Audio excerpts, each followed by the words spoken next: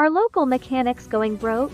As cars become more advanced and reliant on proprietary systems, the traditional independent mechanic shop faces some tough challenges. Modern vehicles are equipped with highly specialized technology, from onboard computers to complex electronic systems, which require manufacturer-specific tools and training to service properly. This shift puts many local mechanics at a disadvantage, as they struggle to afford the necessary equipment and certifications to keep up with the evolving market.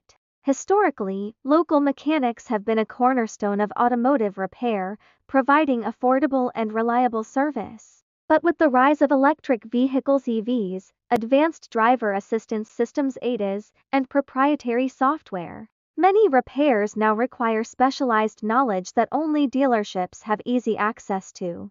Independent shops can find themselves stuck, unable to fix newer models without the proper tools, and potentially losing customers to dealerships as a result. While some mechanics are investing in the necessary training, it comes at a steep cost and may not be sustainable for every shop.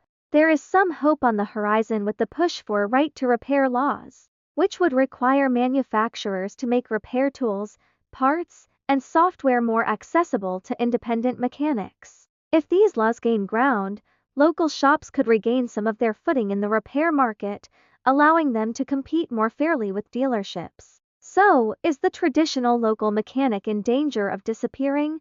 It's possible, but the industry is still evolving. With the right support, independent shops may be able to adapt and survive, but for now, it's clear that the shift in car technology is having a significant impact on small mechanics. What's your take on this issue?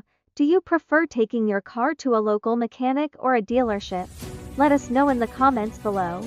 And if you're interested in more content about the changing auto repair industry, be sure to subscribe and hit the notification bell for updates on our latest videos. Thanks for watching.